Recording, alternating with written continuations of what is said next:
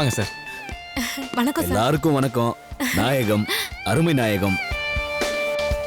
Welcome sir. நீங்க எங்க வீட்டுக்கு வந்தது பெரிய சந்தோஷம். வணக்கம் சார். பட்டிக்காடு மாதிரி கும்பிடாத, டீசென்ட்டா கைய கொடு. ஹலோ. Hello sir.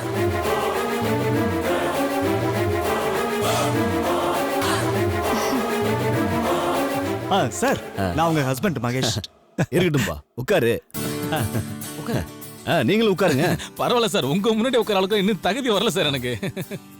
எங்க எம்டி ரேவதிக்கும் உங்க ஹஸ்பண்டுக்கும் தான் உங்க முன்னாடி உட்கார தகுதி இருக்கு. சார், என்ன சொல்றதுன்னே தெரியல சார்.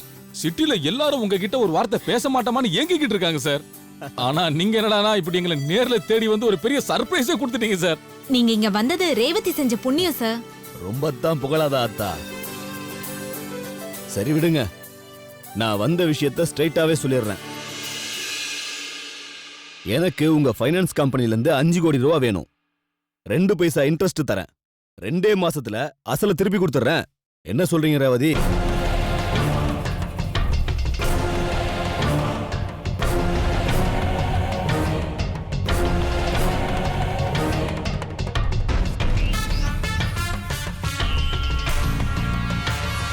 இப்ப நான் சென்னைக்கு பக்கத்துல சிங்கபெருமாள் கோயில் அடுத்து ரொம்ப க்ளோஸான இடத்துல 100 ஏக்கர் நிலத்துல பிளாட் போட்டிருக்கேன்.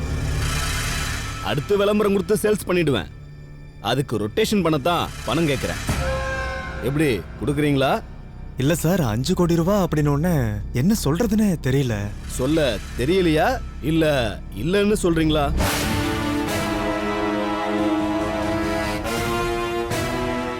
எனக்கு வெட்டு 1 துண்டு 2ன்னு பேசிதான் பழக்கம். எதுவா இருந்தாலும் பளிச்சுன்னு உடைச்சு சொல்லுங்க. சார், இதுல சொல்றதுக்கு என்ன சார் இருக்கு? நீங்க கேட்ட படத்தை நாங்க தரோம்.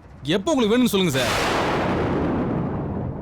இன்னும் 1 வாரத்துல வேணும். கிடைக்குமா? கண்டிப்பா தரேன் சார். இங்க பாருங்க, 5 கோடி ரூபாய கேஷா எடுத்து என்கிட்ட கொடுத்துருங்க. செக் எல்லாம் வேணாம். ஐடி பிரச்சனை வரும்.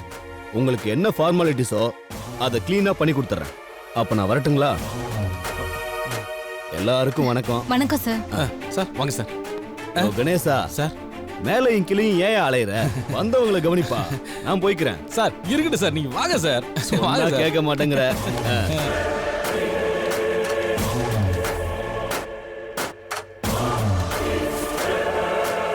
வாங்க சார். வாங்க நச்சி. பார்த்து மெதுவா வாங்க நச்சி.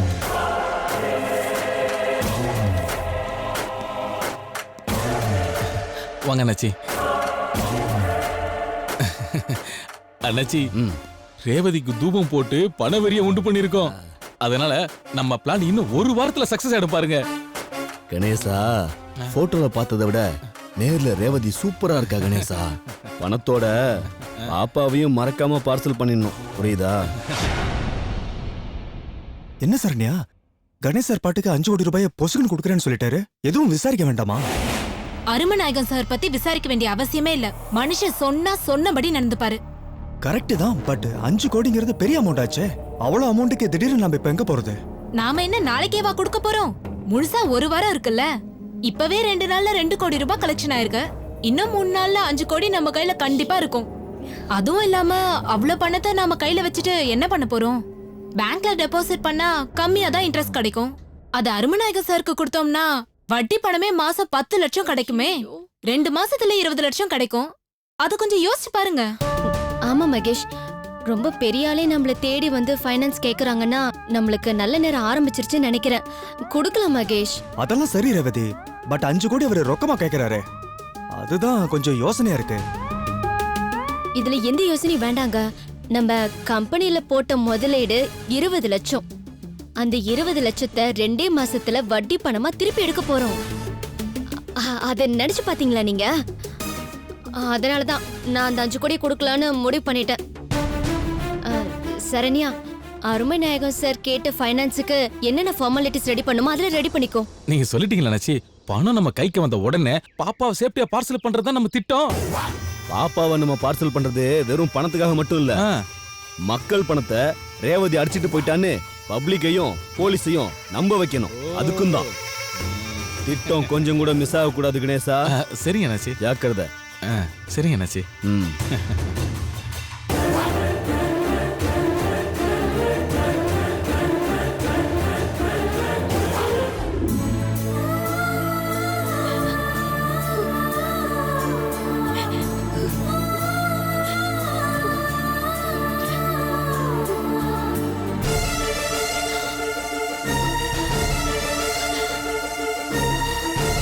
Will you please about it?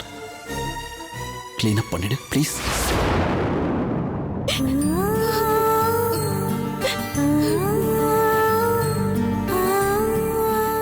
கடவுளை சாட்சியை வச்சுக்கிட்டு இப்பவே இந்த தாலியை என் கழுத்துல கட்டுங்க.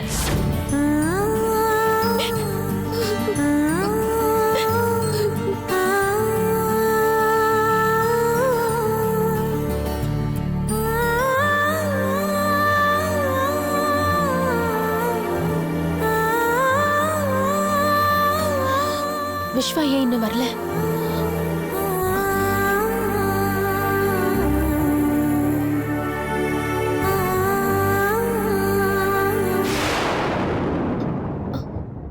ஏன் போனை கட் பண்றாரு?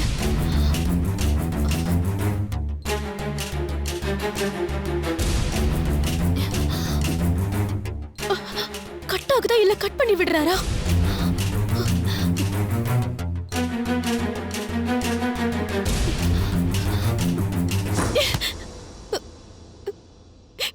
என்கிட்ட பேச மாட்டீங்களா விஸ்வா? நான் ஒருவேளை ரொம்ப பேசிட்டேனோ? ஐயோ, நான் சாரி கேட்க தான் ஃபோன் பண்றேன். எடுங்க விஸ்வா ப்ளீஸ். காட்.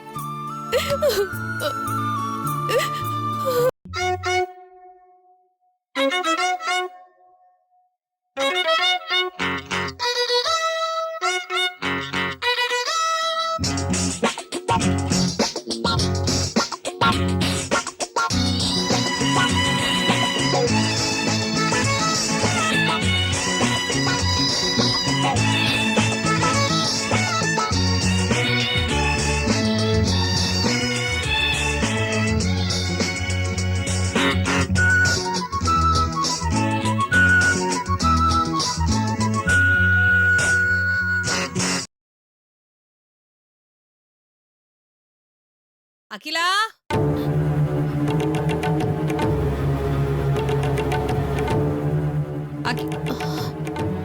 அகிலா சாப்பிட வரியா?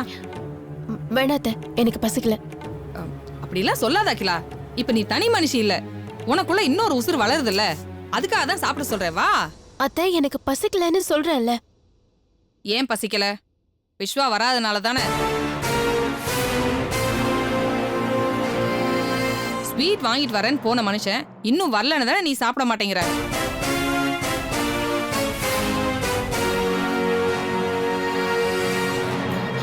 இல்ல, எனக்கு நிஜமாவே பசிக்கல. நீ போய் சொல்றன்னு பளிச்சுன்னு தெரியுது அகிலா. விஸ்வா வராம நீ சாப்பிடக்கூடாதுன்னு நினைக்கிற, அப்படித்தானே? அத்தை, ஒரு வாட்டி சொன்னா நீங்க கேட்க மாட்டீங்களா? ஏன் சும்மா தொடங்குறீங்க? சரிம்மா, நான் எதுவும் பேசல. நீ விஸ்வாவுக்கு போனை போட்டு ஸ்வீட் எல்லாம் எதுவும் வாங்க வேணா, வீட்லயே செஞ்சுக்கலாம்னு சொல்லி உடனே கிளம்பி வர சொல்லு. நான் விஸ்வா தம்பி கிட்ட உன் குழந்தை நல்லபடியா வளரணும்னா முதல்ல உன் பொண்டாட்டி அகிலாவ சாப்பிட சொல்லுன்னு சொல்லிக்கிறேன். என்ன அகிலா யோசிக்கிற? விஸ்வாக்கு போன் பண்ண மாட்டியா? சரி, நான் மாமா விட்டு போன் பண்ண சொல்லிக்கிறேன். அத்தை, இப்ப என்ன, உங்களுக்கு நான் சாப்பிட வரணும் அவ்வளவுதானே? வாங்க போய் சாப்பிடலாம். நீ போ. வாங்க.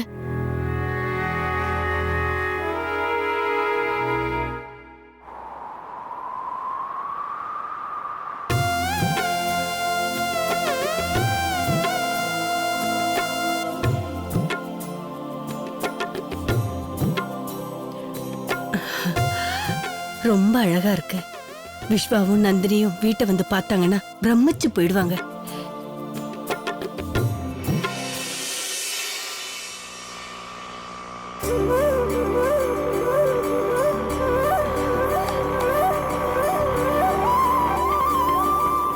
இங்கதாங்க.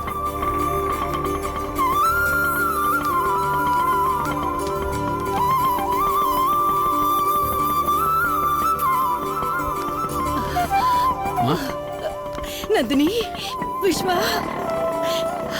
உன்னை பார்த்து எவ்வளவு நாளாச்சுமா. நீ பெங்களூர் போனதுல இருந்து என் மனசு திக்கு திக்குன்னு அடிச்சுக்கிட்டே இருந்தது. உங்க 2 பேரையும் இப்படி பார்த்ததுக்கு அப்புறம் தான் என் மனசுக்கே நிம்மதியா இருக்கு. அத்தை, அந்த வீடு என்னாச்சு அத்தை? நேத்து நாங்க ஃபோன் பண்ணி பேசினப்ப இந்த வீட்டு அட்ரஸ கொடுத்து வர சொன்னீங்க. இல்லம்மா, அந்த வீடு வாஸ்து சரியில்லை, அதனாலதான் நான் காலி பண்ணிட்டேன். என்ன சொல்றீங்க? ஆமாமா, அந்த வீட்ல இருக்கும்போது நம்ம எல்லாருக்கும் பிரச்சனை. தோ விஸ்வாவுக்கு பிரச்சனை, அவனை தேடி போன உனக்கும் பிரச்சனை, பிரச்சனைக்கு மேல பிரச்சனை வந்துகிட்டே இருந்துச்சு. நல்ல வேளை நீயும் விஸ்வாவும் ஒன்னா சேர்ந்துட்டீங்கன்னு சொன்னல. நான் உடனே ஜோசியரை போய் பார்த்து நல்ல நேரம் குறிச்சு இந்த வீட்டுக்கு வந்து பால் காய்ச்சிட்டேன். அதான் உங்க 2 பேரும் இந்த வீட்டுக்கு வர சொன்னப்பா.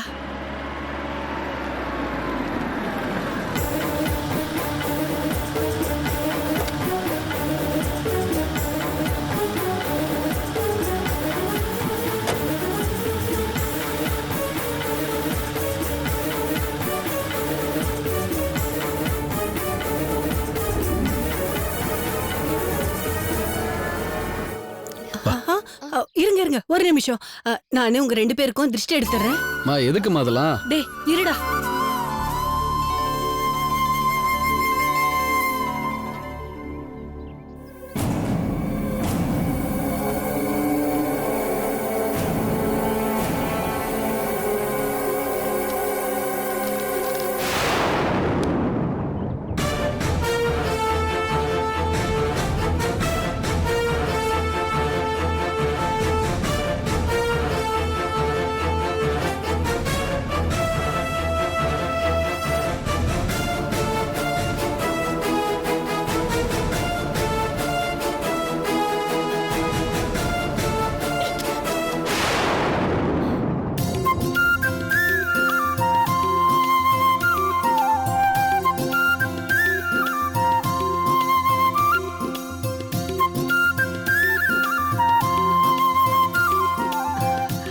நீங்க 2 பேரும் உள்ள போங்கம்மா.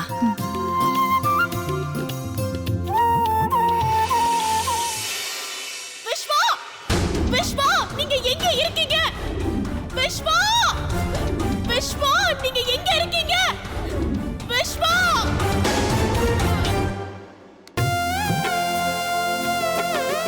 வாவ், நல்லா இருக்குல்லங்க வீடு? சூப்பரா இருக்கு. செம்மையா இருக்குமா வீடு? விஸ்வா, இனிமே பெங்களூருக்கும் உனக்கு எந்த சம்பந்தமும் இல்லல்லப்பா. இனிமே இங்க தானே இருக்க போற. சத்தியமா இனிமேல் நீயே போக சொன்னாலும் பெங்களூருக்குலாம் போக மாட்டேன். இங்கே தான் இனிமேல் என்ன லைஃப். அப்பா நந்தினி, நீ போய் சீக்கிரமா குளிச்சுட்டு ரெடி ஆயிட்டு குழந்தை போய் கூட்டிட்டு வந்துருங்கம்மா. இதான் பெட்ரூம், உள்ள போ. விஸ்வா, நீயும் போய் சீக்கிரம் ரெடி ஆகப்பா, குழந்தை போய் கூட்டிட்டு வந்துருங்க. குழந்தைய பாக்குறதுக்கு துடிச்சுக்கிட்டு இருக்கேன். சரி சரி.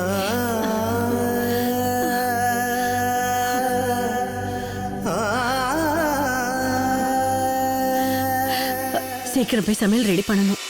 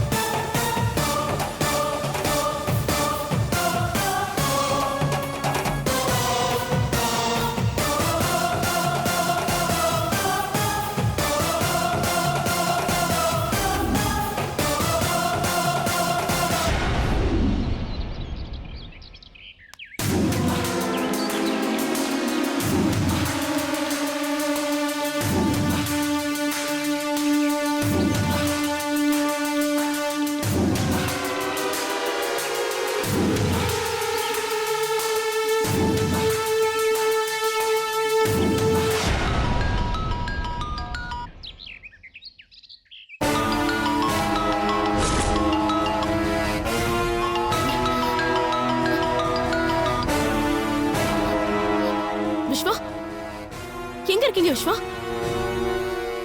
நேத்துல இருந்து உங்க போனுக்கு ட்ரை பண்ணிட்டு இருக்கேன், கிடைக்கவே இல்ல. உங்களை பார்க்கணும் போல இருக்கு விஸ்வா.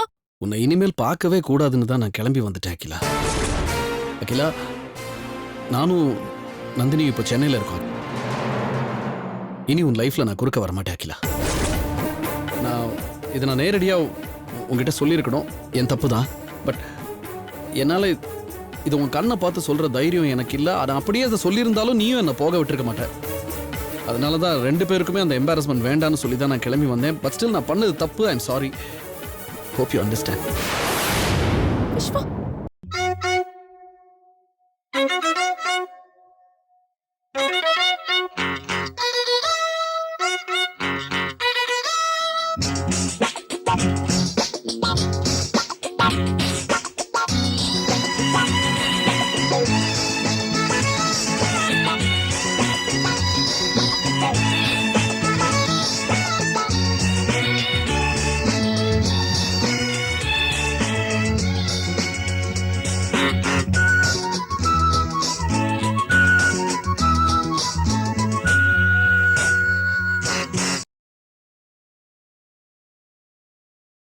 இத்தனை நாளாக நீ எனக்கு என்னென்ன பண்ணின, எவ்வளோ ஹெல்ப்ஃபுல்லாக என் லைஃப்பில் நீ இருந்திருக்க, இதெல்லாம் நான் மறுபடியும் உங்ககிட்ட சொல்ல வேண்டிய அவசியம் இல்லை.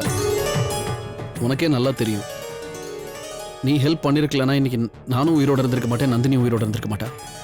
நாங்கள் 2 பேரும் எங்கள் உயிர் இருக்கிற வரைக்கும் சத்தியமாக சொல்கிறேன், அடிமனசுலேருந்து சொல்கிறேன், மறக்க மாட்டோம் இதை. Will always be very very grateful to you. ஆனால் அன்ஃபார்ச்சுனேட்லி இனிமேல் நம்ம மீட் பண்ணுறதுங்கிறது சத்தியமா நடக்காத விஷயம் அகிலா. அதை நீயும் புரிஞ்சுக்கணும். And you have to come to terms with reality. நான் மறுபடியும் சொல்கிறேன், நந்தினி தான் என் லைஃப். இனிமே நான் நந்தினியோட மட்டும்தான் ஒரு வாழ்க்கைங்கிறத வாழ முடியும். நீ உன்னோட மைண்டை சேஞ்ச் பண்ணிக்கிட்டு தான் ஆகணும், வேற வழி கிடையாது. And with reference to your pregnancy, தயவு செஞ்சு அதை அபார்ட் பண்ணிடுன்னு உன்னை காலை பிடிக்காத குறைய கெஞ்சி பார்த்துட்டேன். நீ கேட்கறதா இல்லை, என்னென்னமோ சொல்ற, வரோங்கிற, சந்தோஷங்கிற, கடவுள் கொடுத்ததுங்கிற, இதெல்லாம் எனக்கு புரியல. ஆனால் நடைமுறை வாழ்க்கைக்கு இது ஒத்து வராது, அது மட்டும் எனக்கு நல்லா தெரியுது. இங்க பாரு, இப்போவும் சொல்றேன், அதை அபார்ட் பண்ணிட்டு உன் லைஃப்பை நீ பாரு. அதுதான் உனக்கும் நல்லது, உன் ஃபேமிலிக்கும் நல்லது. ஏன்னா என்னை பொறுத்த வரைக்கும் நடந்தது வெறும் ஒரு ஆக்சிடென்ட், அவ்வளோதான். நான் ஆசைப்பட்டோ விருப்பப்பட்டோ அது நடக்கல. அப்புறம் எதுக்கு அது தேவையில்லாமல் சுமந்துட்டு இருக்கணும் வாழ்க்கை போறான்னு எனக்கு தெரியல. நான் சொல்றது உனக்கு புரியும்னு நினைக்கிறேன். ஏன்னா நீ குழந்தை கிடையாது, ரொம்ப புத்திசாலி பொண்ணு. எல்லா விஷயத்தையும் எப்படி பளிச்சுன்னு புரிஞ்சுக்குவ. இந்த விஷயத்துல மட்டும் தயவு செஞ்சு எமோஷன்ஸ்க்கு இடம் கொடுக்காத. கொஞ்சம் ப்ராக்டிக்கலா யோசிச்சு பாரு, அதுதான் உன் லைஃப்க்கு நல்லது. நான் திரும்ப சொல்றேன், என்னால உன்னை ஒய்ஃபா நினைச்சு கூட பார்க்க முடியாது. நந்தினி தான் எனக்கு எல்லாமே. அதனால நடந்தது அத்தனையும் உன்னை நான் கெஞ்சி கேட்கிறேன், நடந்தது அத்தனையும் கெட்ட கனவா நினைச்சு மறந்துரு ப்ளீஸ். நான் உங்ககிட்ட பேசுறது இதுதான் கடைசி தடவை, புரிஞ்சுக்க. பை. விஸ்வா விஸ்வா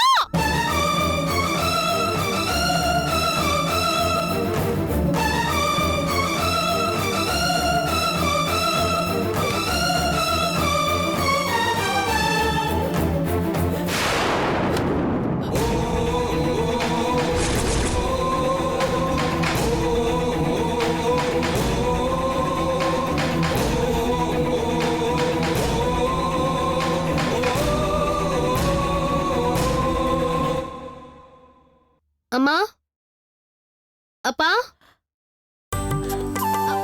நந்தினி, நந்தினி, ஆமா, வா வா வா வா. எப்படி இருக்கீங்கப்பா? என்ன பார்த்து எவ்வளவு நாளாச்சு, எப்படிமா இருக்க? நல்லா இருக்கேன். வாங்க. நல்லா இருக்கீங்க? நந்தினி, நல்லா இருக்கீங்களா? நீங்க எப்படி நல்லா இருக்கீங்க? இருக்கேம்மா. நல்லா இருக்கீங்களா அண்ணி? நல்லா இருக்கேன்பா. நல்லா இருக்கேன். எப்படி இருக்கக்கா? நல்லா இருக்கேன் நந்தினி. மாமா, நீங்க எப்படி இருக்கீங்க? நல்லா இருக்கம்மா. நந்தினி, பொண்ணையும் மாப்பிளையும் பார்த்ததுக்கு அப்புறம் தாம்மா மனசுக்கே நிம்மதியா இருக்கு.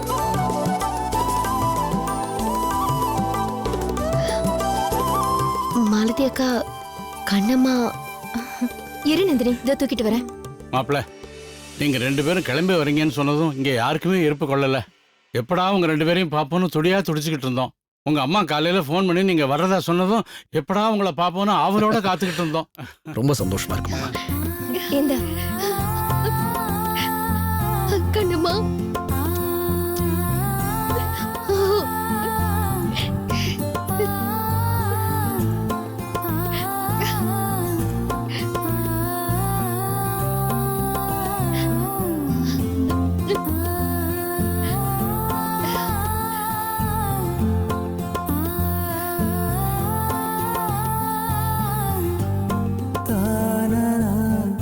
தூக்கம் வருதுன்னு நினைக்கிறேன் உனக்கு. சொருடா சொருடா சொருடா. அக்கா குழந்தைக்கு தூக்கம் வருதுன்னு நினைக்கிறேன். நீ உள்ள போய் கொஞ்சம் தூங்கிட்டு இருக்கும்போது பாதியில தூக்கிட்டு வந்துட்டேன். அம்சா இவங்க எல்லாம் சாப்பிடுறதுக்காக ஸ்பெஷலா ஸ்வீட் பண்ணிய அதை போய் எடுத்துட்டு வா. மறந்தே போயிட்டேன், எடுத்து வரேன், இருங்க. என்ன இதெல்லாம் தடப்படலாம்? இருக்கட்டும், சாப்பிடுங்க மாப்ள. சீக்கிரம் வா. இதோ வந்துட்டேங்க. குடு. இந்தாங்க எடுத்துக்கோங்க மாப்ள. எல்லாருக்கும் எடுத்துங்க மாப்ள, சாப்பிடுங்க. எடுத்துக்கோங்க. நல்லா எடுத்துக்க இருக்கும். விஸ்வா, நாங்கெல்லாம் சாப்பிட்டோம்.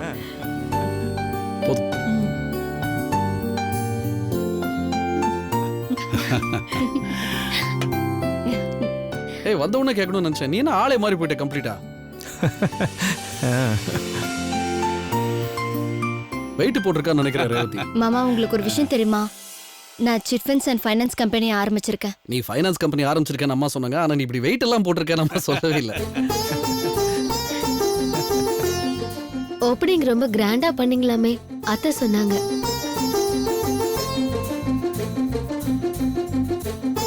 ஆமாக்கா, பெரிய பெரிய விஐபி எல்லாம் வந்திருந்தாங்க.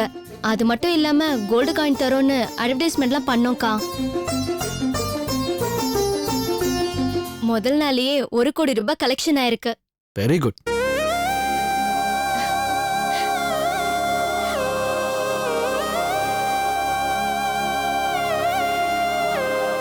அது மட்டும் இல்லக்கா, தொடங்கின நாள்ல இருந்து இன்னைக்கு வரைக்கும் நல்ல கலெக்ஷன். 1 லட்சத்துல இருந்து 50 லட்சம் வரைக்கும் சீட்டு பிடிக்கிறோம். எத்தனை பேர் சேர்ந்திருக்காங்க தெரியுமா? குட். ரொம்ப சந்தோஷமா இருக்கு. கேட்கவே ரொம்ப சந்தோஷமா இருக்கு ரேவதி. நான் கொடுத்த பணத்தை வச்சு நீ நல்லபடியா முன்னேறணும், அதான் எங்களோட ஆசை.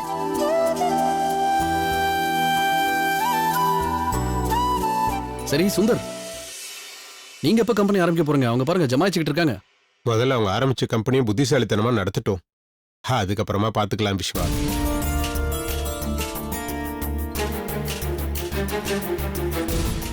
என்னோட ஆசை என்னன்னு சொல்லட்டுமா? சொல்லு ரேவதி. விஸ்வா மாமாவும் பெங்களூர்ல இருந்து வந்துட்டாரு. அடுத்தது பிசினஸ் தானே பண்ண போறாரு.